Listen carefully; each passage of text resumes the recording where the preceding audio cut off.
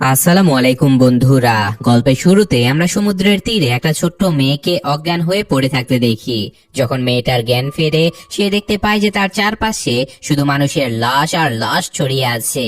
আন্ডারওয়ার্ল্ডের কিছু লোক মিলে তাদের পুরো গ্রামটাকে কবরস্থান বানিয়ে ফেলেছে। গ্রামের কিছু মানুষ সেখান থেকে পালানোর চেষ্টাও করে, কিন্তু ওই খুনিরা তাদেরকেও মেরে ফেলে।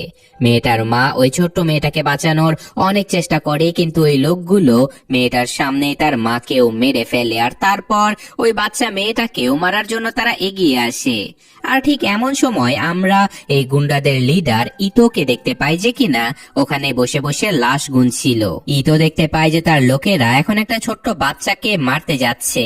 ইতো তার জীবনে অনেক মাসুম মানুষের জান নিয়েছে, যা তাকে ভেতর থেকে একটা পশুতে পরিণত করে ফেলেছে।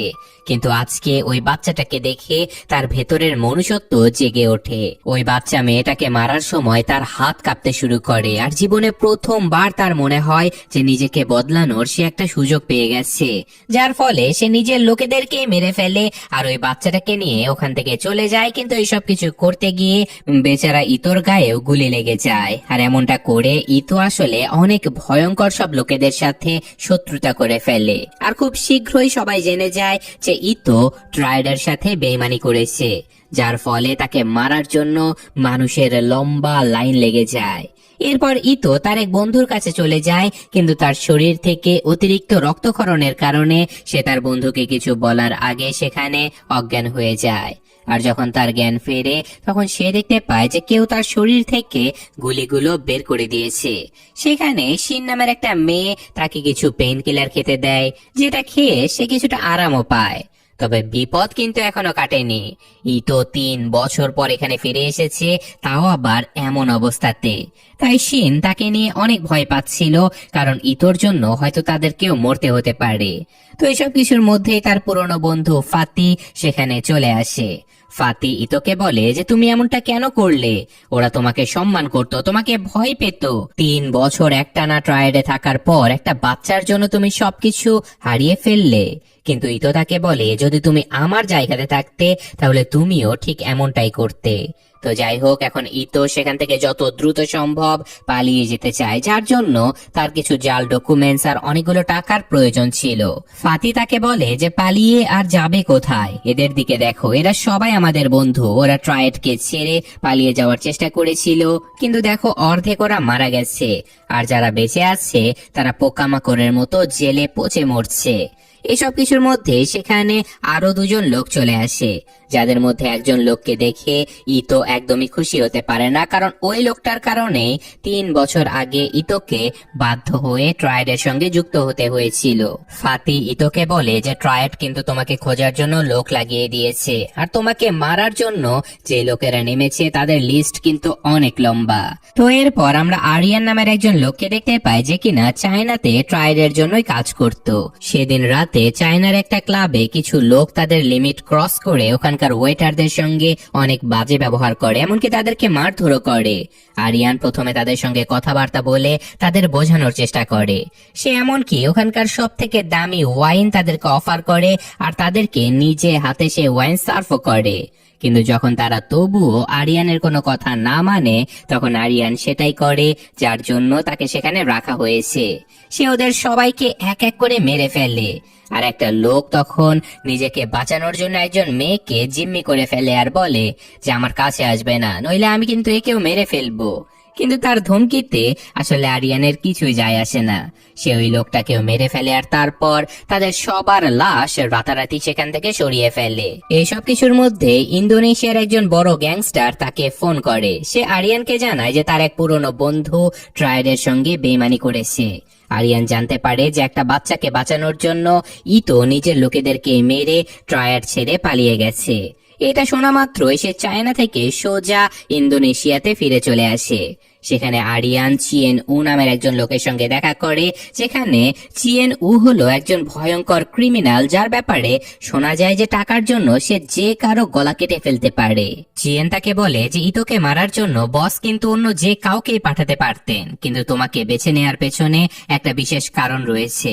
আসলে তাদের এমন কাউকে দরকার যার মধ্যে তোমার মতোই ক্ষমতা পাওয়ার খিদে রয়েছে। এমন কেউ যে কিনা এখানকার ক্যাসিনো আর ড্রাগসের ব্যবসা ভালোভাবে চালাতে পারবে। কিন্তু এর জন্য তোমাকে নিজেকে প্রমাণ করতে হবে ইতোকে মেরে ফেললে, তারপরে এই সব কিছু তোমার হাতে চলে যাবে। অন্যদিকে আমরা ইতোকে দেখতে পাই যে কিনা পালানোর জন্য বিভিন্ন রকমের জাল ডকুমেন্টস বানাচ্ছিল। সে এতক্ষণে বুঝতে পেরেছিল যে আরিয়ান হয়তো তাকে মারার জন্যই বসে আছে, তাই যত দ্রুত সম্ভব এখান থেকে পালাতে হবে।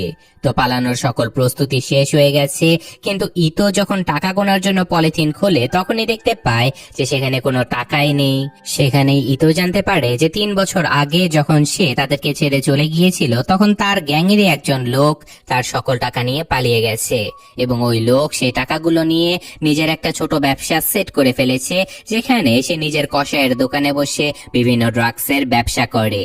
যদি তোর টাকার দরকার পড়ে তাহলে ওই লোকটার কাছে এখন তাকে যেতে হবে।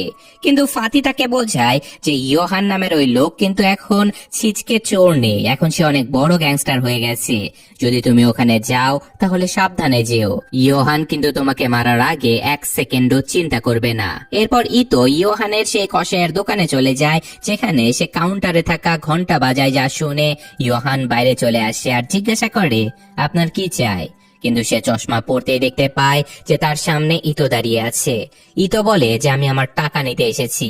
ইয়োহান সাথে সাথে তাকে মারার জন্য গান উঠাতেই যাবে, ঠিক তখনই ইতো তাকে ধরে ফেলে আর বলে যে আমি কিন্তু তোর সাথে মারামারি করতে আসিনি, চুপচাপ আমার টাকা দিয়ে দে, আমি এখান থেকে চলে যাব।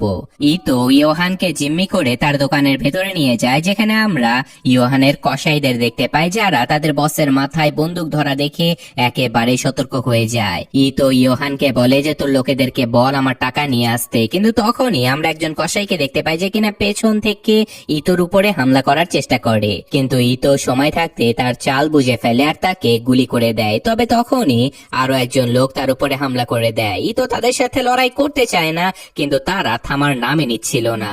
তারা ইতোর উপরে অনেকগুলো প্রাণঘাতী হামলা করে, কিন্তু ইতো যেভাবেই হোক তাদের হাত থেকে নিজেকে বাঁচিয়ে সবাইকে মেরে ফেলে। তাদের মধ্যে কয়েকজন তো ইতোকে গ্রাইন্ডার দিয়ে কেটে ফেলারও চেষ্টা করে, কিন্তু ইতো ওই ব্লেড দিয়ে অন্য আরেকজনের পা কেটে দেয়। তাদের এই ফাইট দেখতে দেখতে অনেক ব্রুটাল হয়ে যায়, আর এখন হয় ইতো বেঁচে থাকবে নয়তো কেউ বেঁচে থাকবে না, যার পর ইতো এক এক করে সবাইকে মেরে ফেলে।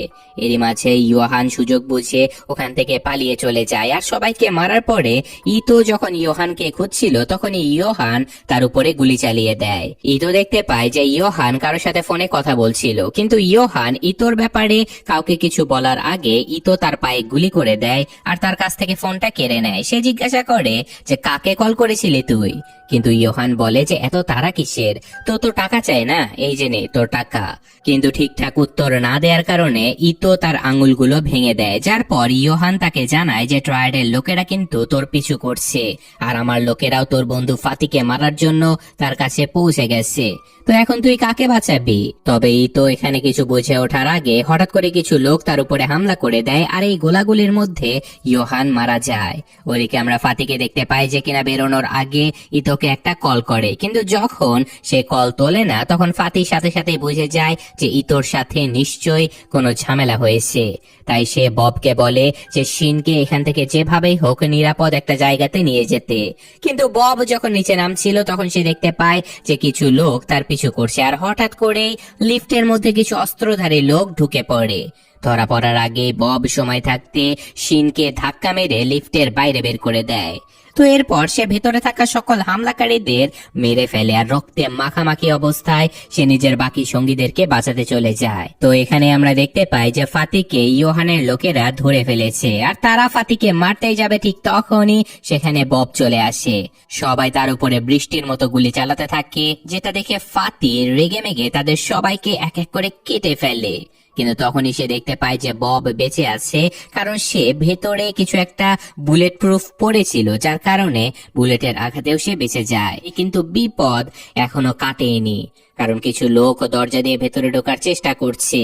তো বব তাদেরকে আটকানোর অনেক চেষ্টা করে, কিন্তু ওই লোকগুলো দরজা ভেঙে ভেতরে ঢুকে পড়ে। তারা দুজনে ওদের সাথে ফাইট করতে থাকে, কিন্তু ওদের সংখ্যা এতটাই বেশি ছিল যে ওদের সঙ্গে লড়াই করা একদমই সহজ ছিল না। একজন হামলাকারী ববকে মারার চেষ্টা করে, কিন্তু বব তাকে তুলে নিচে ফেলে দেয়। আর এরই মাঝে আমরা আরিয়ানকে দেখতে পাই যে কিনা নিচে গাড়িতে বসে কাজ শেষ হওয়ার অপেক্ষা করছে। ওদিকে ইতোর যখন জ্ঞান ফিরে আসে সে দেখতে পায় যে পুলিশেরা তাকে ধরে কোথাও নিয়ে যাচ্ছে।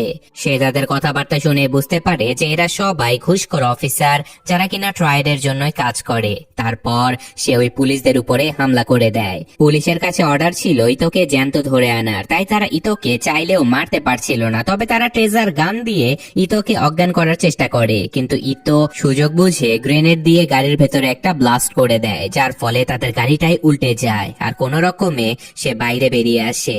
কিন্তু সে এতক্ষণে অনেক আহত হয়ে গিয়েছিল।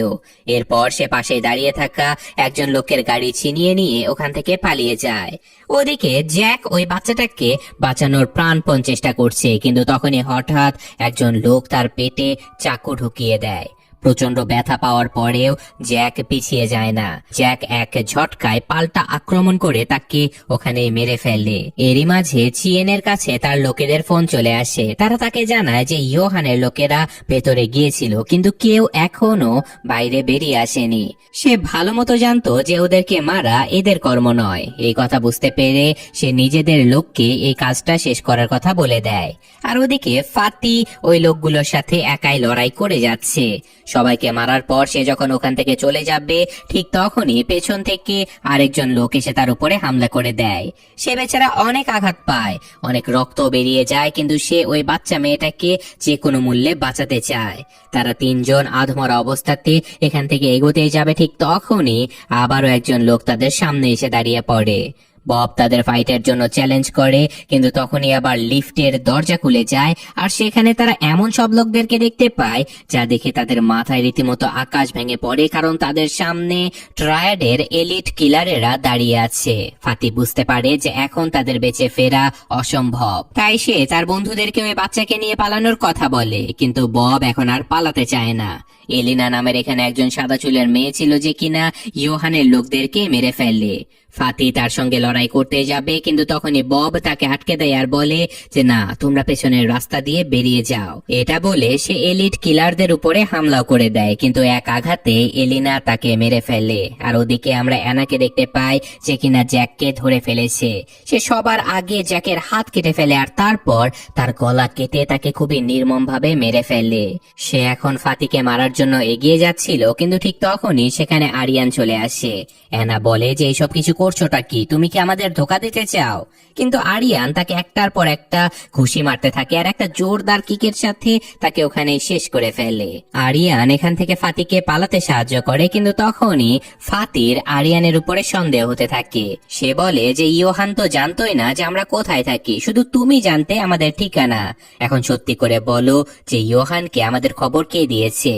তো এখানে আরিয়ান কিছু বোঝানোর আগে ফাতি গুলি চালিয়ে দেয় আর ওই বাচ্চাটাকে নিয়ে ওখান থেকে যেতে শুরু করে। তবে কিছু দূর যেতেই কিছু অস্ত্রধারী লোক তাদেরকে ঘিরে ফেলে আর তার উপরে গুলির বৃষ্টি শুরু করে দেয় আর ফাতি সবার থেকে বেঁচে পালানোর চেষ্টা করে। কিন্তু সন্ত্রাসীরা ওই বাচ্চাটাকে মারার জন্য কোমর বেঁধে তার পেছনে পড়েছিল, তাই এখন ফাতি নিজের গাড়ির নিচে অনেক সন্ত্রাসীকে জ্যান্তই পিষে ফেলে।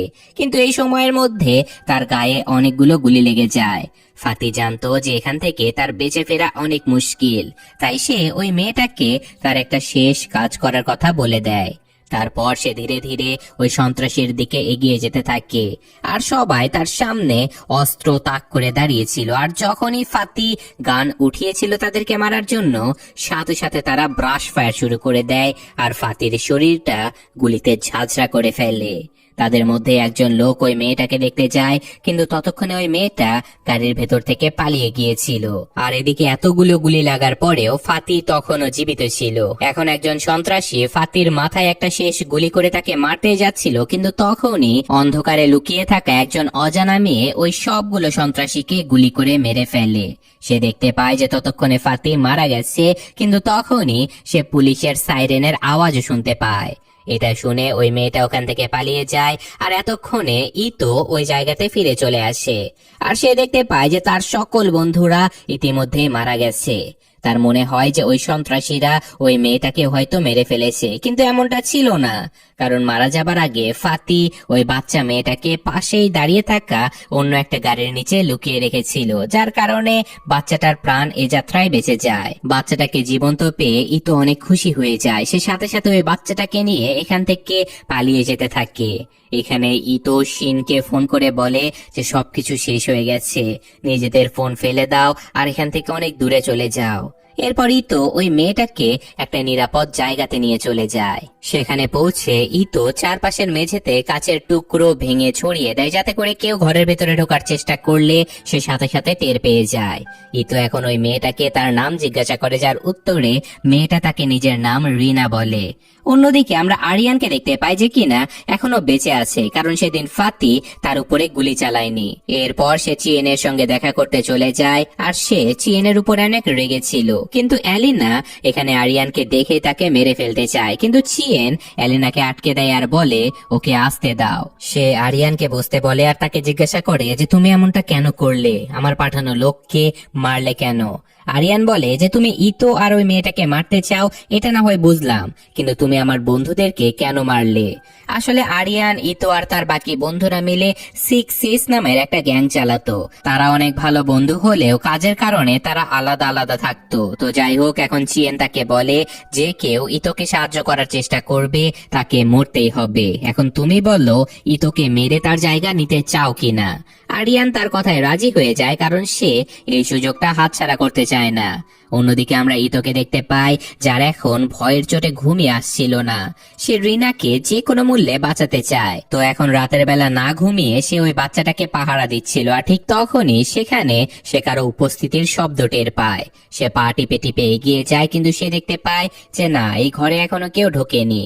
কিন্তু তখনই ওই মেয়েটা তার উপরে আবারও অ্যাটাক করে দেয়। ইতোর সাথে সাথে ওই মেয়েটার সাথে লড়াই শুরু করে দেয়, কিন্তু সে যেহেতু আগে থেকে অনেক আহত ছিল, তাই বেশিক্ষণ ওই মেয়েটার সামনে টিকতেই পারে না।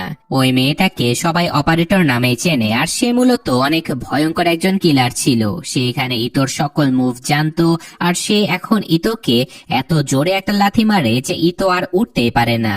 আর সম্পূর্ণভাবে ইতোকে বাগে আনার জন্য সে তার মাথা বেসিনে মেরে দেয়। তো এখানে অপারেটর তাকে মারতে যাবে, ঠিক তখনই এইসব আওয়াজ শুনে রিনা নামে সে বাচ্চাটা ঘর থেকে বেরিয়ে আসে, আর সে বলে যে প্লিজ এই আঙ্কেলকে মেরো না, ইনি আমার জীবন বাঁচিয়েছে। এই কথা শোনার পরে অপারেটর ইতোকে বেঁচে থাকার একটা সুযোগ দেয়। তো এখানে আমরা জানতে পারি যে অপারেটরকে 6 অর্থাৎ ইতো এবং তার বন্ধুদেরকে মেরে ফেলার দায়িত্ব দেয়া হয়েছে। তো ইতো বলে যে ঠিক আছে, একসময় তো আমি ওদের লিডার ছিলাম, তো কিসের অপেক্ষা করছো তুমি? নিজের কাজ শেষ করো, আমাকে মেরে ফেলো। কিন্তু অপারেটর ইতোর কাছ থেকে জানতে চায় যে তুমি ওই বাচ্চাটাকে তোমার সাথে কেন রেখেছো? কারণ যদি ওই বাচ্চাটা তার সাথে থাকে তাহলে সে অবশ্যই মারা পড়বে, যেমন তার বন্ধুরা ইতিমধ্যে মারা গেছে। কিন্তু ইতো তার বন্ধুদের কথা এই মেয়েটার মুখ থেকে শুনে সে অনেক রেগে যায়, কিন্তু অপারেটর তাকে এটা বোঝায় যে তারা সবাই ইতোর ভুলের কারণেই মারা গেছে। আর একজন যে বেঁচে আছে অর্থাৎ আরিয়ান, যাকে ইতো নিজের ভাই মানতো, সেও এখন ইতোকে মারার জন্য উঠে পড়ে লেগেছে। ইতো বলে যে অনেক হয়েছে, থামো এবার, আমাকে মেরে ফেলো। কিন্তু অপারেটর এমনটা করে না, আর ওখান থেকে সে চলে যায়। এরপর আমরা 3 বছর আগের ফ্ল্যাশব্যাক দেখতে পাই, যেখানে আমরা আরিয়ানকে দেখি যে কিনা চাইনিজ শেখার চেষ্টা করছে।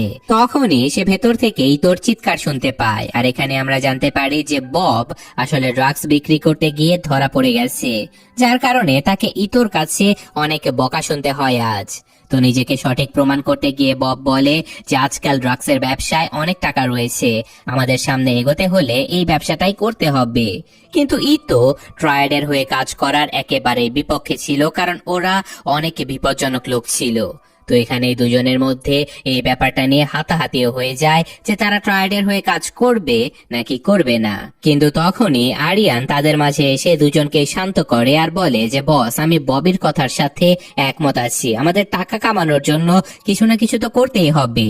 ভাবো, আমাদের মতো রাস্তার ছেলেরা ট্রায়াডের এলিট লোকেদের সাথে মিলে কাজ করবে। তো ওই সময় যদিও ট্রায়াডের হয়ে কাজ করতে রাজি ছিল না, কিন্তু পরবর্তীতে তারা দুজনেই কিন্তু ট্রায়াডে জয়েন করে ফেলে, যা আজকে তাদের এমন একটা জায়গাতে এনে দাঁড় করিয়েছে যে দুই বন্ধু এখন শুধু মৃত্যুর জন্য অপেক্ষা করছিল। তো যাই হোক, এখন আরিয়ান ঠিক ওই জায়গাতেই দাঁড়িয়ে ইতোকে কল করে আর বলে, আমি এমনটা চাইনি, আমি সবাইকে বাঁচানোর চেষ্টা করেছি শুধু এই জন্য যেন আমরা সবাই একসাথে সামনে এগোতে পারি, কিন্তু তুমি ওই মেয়েটার জন্য বছরের পর বছর করা মেহনত গুলো সব ধুলায় মিশিয়ে দিয়েছো। ইতো তাকে বলে যে ট্রায়াড তাকে তোমাকেও আমার মতো একটা জানোয়ার বানিয়ে দিয়েছে, কিন্তু আমার কথা শোনো, যদি তুমি আমার জায়গাতে থাকতে তাহলে তুমিও এমনটাই করতে। এরই মাঝে অপারেটর ফিরে চলে আসে। ইতো বলে যে প্রথম আর শেষবারের মতো তোমাকে জিজ্ঞাসা করছি যে তোমাকে কে পাঠিয়েছে, যার উত্তরে অপারেটর বলে যে সে যেই হোক না কেন সে তোমাকে আর 6 এর সকল মেম্বারদেরকে মৃত দেখতে চায়। ইতো তার এই কাজ করতে রাজি হয়ে যায়, বাস তার একটাই শর্ত ছিল, যদি এই সব কিছুর মধ্যে তার মৃত্যু হয়ে যায় তাহলে যেন অপারেটর রিনাকে এখান থেকে দূরে কোনো নিরাপদ জায়গাতে নিয়ে যায়। কিন্তু রিনার সব ধরনের জাল ডকুমেন্টস আরিয়ানের কাছে ছিল, তাই এখন সেই ডকুমেন্টস গুলো আনার জন্য ইতো তার পুরনো আড্ডায় চলে যায়। ওদিকে আরিয়ানও ইতোর জন্য অধীর আগ্রহে অপেক্ষা করছিল। তো এখন ভেতরে যাবার আগে ইতো নিজের কাপড়ের নিচে মোটা মোটা বই লুকিয়ে রাখে, কারণ ভেতরে তাকে মারার জন্য অনেক মানুষ বসে আছে। ইতো ভেতরে আসতেই দেখতে পায় যে তার আড্ডা এখন ট্রায়াডের আস্তানা হয়ে গেছে। তাকে দেখা মাত্রই সবাই নিজেদের অস্ত্র তুলে নেয়, কারণ আজ রাতে সে এখান থেকে জ্যান্ত ফিরবে না। সবাই একসাথে মিলে তার উপরে ঝাঁপিয়ে পড়ে আর চোখের পলকেই সেই হলটা যুদ্ধক্ষেত্রে পরিণত হয়ে যায়। ইতো একাই তাদের সবার সাথে লড়াই করতে থাকে, সে কারো ঘাড় কেটে দেয় তো কারো এক ঝটকাতেই মেরুদণ্ড ভেঙে দেয়। কিন্তু ইতোকে মারার জন্য এত বেশি টাকা পুরস্কার ঘোষণা করা হয়েছিল যে কেউ থামার নামই নিচ্ছিল না। শুধু তাই নয়, একজন সন্ত্রাসীকে সে বল দিয়ে এমন ভাবে মারে যে তার মাথায় ফেটে যায়, যেটা দেখে উপস্থিত সকলের আত্মা কেঁপে ওঠে যায়। আর অন্যদিকে আমরা আরো একজন লোককে দেখতে পাই যে কিনা ইতোর আস্তানার খোঁজ পেয়ে গেছে। এরই মাঝে সেখানে অ্যানা আর এলিনাও চলে আসে। এই লোকেরা ওই মেয়ে দুজনকে দেখে বলে যে ঠিক আছে, তোমরাও আমাদের সাথেই চলো, আমরা সবাই মিলে ইতোকে মেরে ফেলবো। কিন্তু ওই মেয়েরা দল বেঁধে শিকার করার মতো কেউ ছিলই না, তাই তারা ওই লোকেদের সাথে যায় না। মেয়েদের এমন কাজ কারবার দেখে ওখানকার সবাই মেয়েদেরকে নিয়ে মজা করতে থাকে, কিন্তু খুব শীঘ্রই তাদের সকলের মজা উড়ে যাবে, কারণ যখনই তারা লিফটের দরজা খুলে ফেলে তখনই সেখানে অপারেটর তাদের সবাইকে গুলি করে ঝাঁঝরা করে দেয়। শেষমেশ সে লিফটের ভেতরে একটা গ্রেনেড ছুড়ে মারে, যেটার ব্লাস্টে বেঁচে থাকা সবাই মারা যায়। আর এই ব্লাস্টের আওয়াজ শুনে আরো লোকজন উপরে উঠে আসে, কিন্তু অপারেটর তাদের ওয়েলকাম করার জন্য দেয়ালে ডায়নামাইট লাগিয়ে রেখেছিল, আর সবগুলো এক এক করে ফেটে যায় আর মুহূর্তের মধ্যে পুরো বিল্ডিং ধ্বংসস্তূপে পরিণত হয়ে যায়। অন্যদিকে আমরা ইতোকে দেখতে পাই, যার লড়াই শেষ হওয়ার নামই নিচ্ছিল না। একজনের পর একজন গুন্ডা মাস্তান তার উপরে হামলা করেই যাচ্ছিল, যেন শহরের সকল গুন্ডারা শুধু তাকেই মারতে এসেছে। যদিও কেউ তার চুলও ছিঁড়তে পারছিল না, কিন্তু ইতো এত লোকদেরকে আসতে দেখে সে ফ্লোরে পেট্রোল ফেলে দেয়, আর যখনই সেই লোকগুলো পেট্রোলের উপরে পা দেয় সাথে সাথে সে গুলি চালিয়ে পেট্রোলে আগুন লাগিয়ে দেয়, আর সেই আগুনে সকল গুন্ডারা পুড়ে ছাই হয়ে যায়। তো এখানে আরিয়ান খুবই অধীর ভাবে অপেক্ষা করছিল ইতোকে নিজ হাতে মারার জন্য, কিন্তু তখনই সে একজন স্নাইপারকে দেখতে পায় যে কিনা এক গুলি করে ইতোকে মেরে ফেলতে এসেছিল। এরই মাঝে এলিনা আর অ্যানা ওই বাচ্চাটাকে মারতে চলে যায়, কিন্তু তখনই অপারেটর তাদের রাস্তার মাঝে এসে দাঁড়িয়ে পড়ে। এখানে অপারেটর সেই মেয়ে দুজনকে সাবধান করে দিয়ে বলে যে যদি কেউ ওই বাচ্চাটাকে ছোঁয়ার চেষ্টাও করে তাহলে সে তাদেরকে জ্যান্ত ছাড়বে না। কিন্তু ওই মেয়েরা কেউ অপারেটরের কথা শোনে না, আর এলিনা সবার আগে ওই মেয়েটার উপরে হামলা করে দেয়, আর তারপর অ্যানাও খুবই দ্রুত তার উপরেই ঝাঁপিয়ে পড়ে।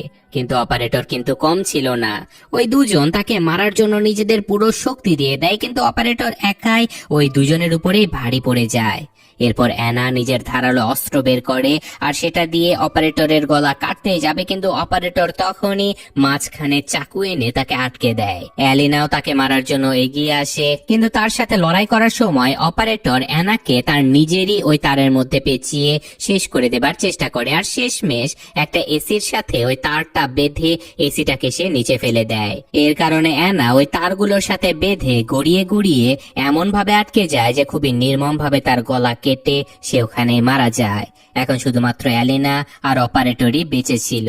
অ্যালিনা তার উপর একটার পর একটা অনেকগুলো প্রাণঘাতী হামলা করে দেয়, কিন্তু অপারেটর অনেক স্ট্রং ছিল।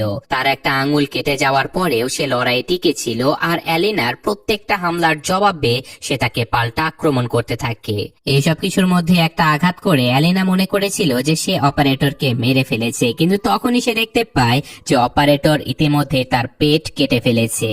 আর সবশেষে অপারেটর তার হাত চিরে তার গলায় একটা চাকু ঢুকিয়ে দেয়, যার ফলে অ্যালিনা মাটিতে পড়ে ছটফট করতে করতে ওখানে মারা যায়।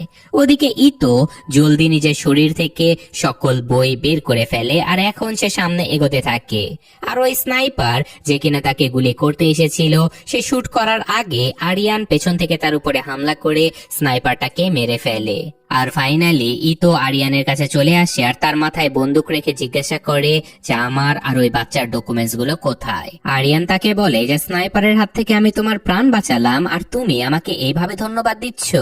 ইতো এই কথা শুনে বন্দুক ফেলে দিয়ে বলে যে এবার এটাকে এখানেই শেষ করতে হবে, আমাকে আর ওই মেয়েটাকে এখান থেকে যেতে দাও। কথা দিচ্ছি আমার চেহারা আর দ্বিতীয়বার তুমি জীবনেও দেখবে না। কিন্তু আরিয়ান তাকে এমনি এমনি যেতে দেওয়ার পাত্র ছিল না। সে বলে যে জানো তোমার পরে 6 এর জায়গা কে নেবে। এই কথা শুনে ইতো বলে যে তুমিও সেই একই ভুল করছো যা আমি 3 বছর আগে করেছিলাম। চিয়েন তোমাকেও বোকা বানাচ্ছে। আমার কথা বিশ্বাস করো, এই 6 গ্যাং এর ভিতরে শুধু মৃত্যুই রয়েছে। কিন্তু ক্ষমতার নেশায় বোধ হয়ে আরিয়ান তার একটা কথাও শোনে না, আর তাকে জোরে একটা লাথি মেরে দেয়। ইতো তাকে আটকানোর জন্য এগিয়ে তো যায়, কিন্তু আরিয়ান তাকে তুলে নিচে আছড়ে ফেলে দেয় আর তাকে জোরে ঘুষি মারতে থাকে। ইতো তাকে মারতে চায় না, কারণ দুজন একসময় অনেক ভালো বন্ধু ছিল।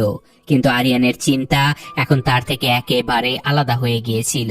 সে যে কোনো মূল্যে 6 এর লিডার হতে চাইতো। সে ইতোর উপরে একটার পর একটা আঘাত করতে থাকে, আর শেষমেশ তার মুখে এত জোরে একটা পাঞ্চ করে যার ফলে ইতো মাটিতে পড়ে যায়। কিন্তু ইতো আরিয়ানের উপরে কোনো পাল্টা আক্রমণ করে না। ইতো তাকে বোঝানোর প্রাণপণ চেষ্টা করে যে তুমি আমাকে লড়াই করার জন্য বাধ্য করো না, এইসব কিছু বন্ধ করো, এতে আমাদের সকলের জন্য ভালো হবে। কিন্তু আরিয়ান তার কোনো কথাই শুনছিল না, তাই শেষমেশ ইতো পাল্টা আক্রমণ করে দেয়। কিন্তু আরিয়ান তার সব আঘাত থেকে বেঁচে যাচ্ছিল। দুজনের মধ্যে ফাইট এত লম্বা হয়ে যাচ্ছিল যে শেষমেশ দুজনেই খুবই বাজেভাবে ক্লান্ত হয়ে পড়ে।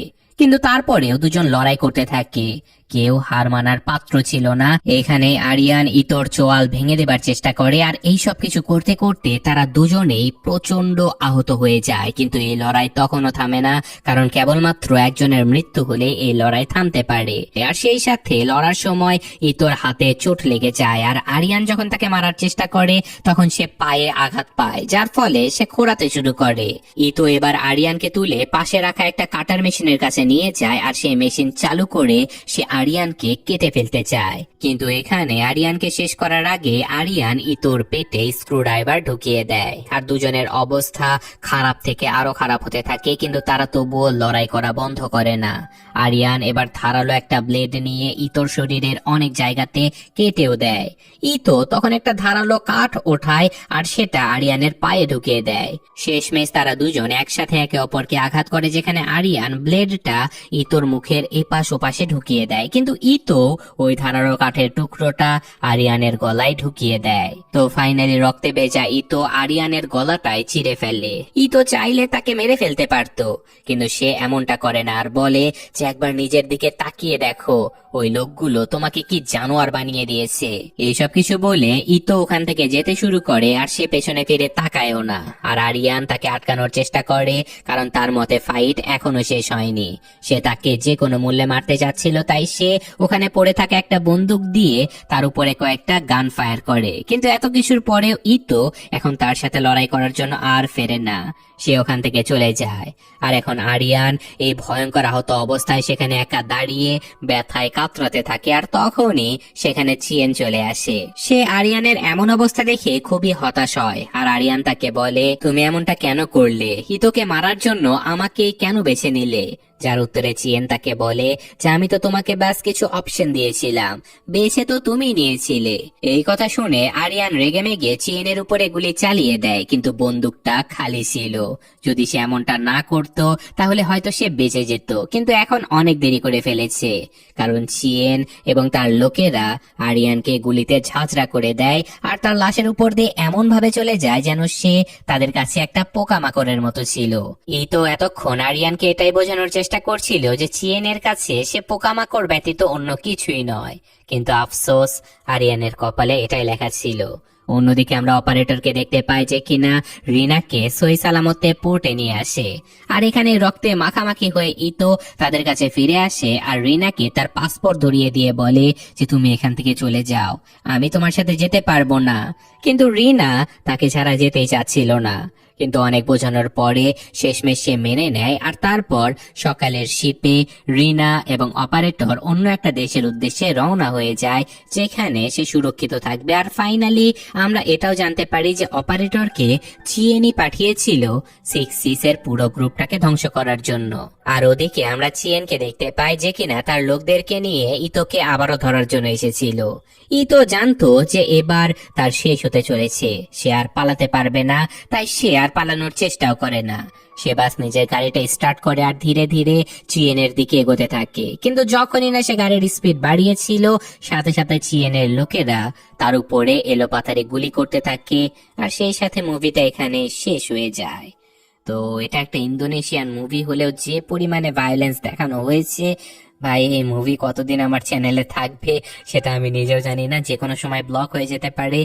যাই হোক, কেমন লাগলো সেটা কমেন্টে জানাবেন। আমি আজকের মতো বিদায় নিচ্ছি, আল্লাহ হাফেজ।